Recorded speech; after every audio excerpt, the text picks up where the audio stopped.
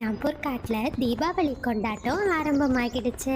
காட்டுல எங்க பார்த்தாலும் வண்ண வண்ணமான பட்டாசுகள் வெடிச்சுக்கிட்டு இருந்துச்சு.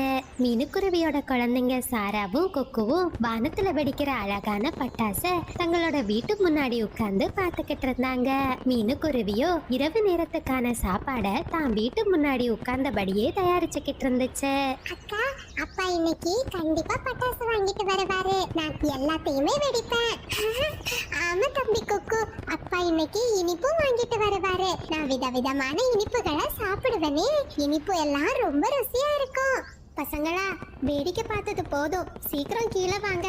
சாப்பாடு ரெடி ஆகிடுச்சு, நாம சாப்பிடலாம். அம்மா, அப்பா வந்துடட்டும். அப்பா கூட பட்டாசு வெடிச்சுக்கிட்டு நாங்க அப்புறமா சாப்பிடுறோம். மீனுக்குருவி வீட்டுக்குள்ள போய் எல்லா தட்டுலையும் சாப்பாட்டை எடுத்து வச்சது. அந்த நேரத்துல கோமல் குருவி ஒரு பையை எடுத்துக்கிட்டு தன்னோட